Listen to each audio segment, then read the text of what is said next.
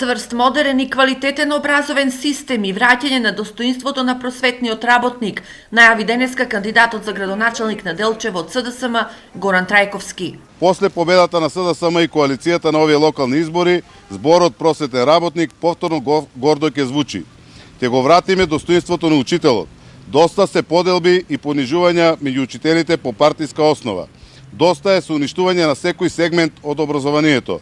Доста е од купени дипломи и оцени, доста е од нестручност и неукост. Трајковски во присуство на неговите колеги просветни работници најави низа проекти за образованието кои ќе се реализираат со поддршка на владата. Зголемување на бројот и висината на ученичките и студентските стипендии за одлични ученици и талентирани студенти, како и стипендии за ученици и студенти од социјално загрозените семејства.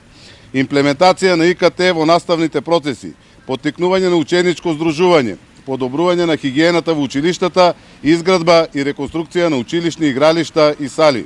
Трајковски им го честиташе празникот на просветните работници со порака дека оваа професија повторно ќе биде ценета, хумана, одговорна и благодарна.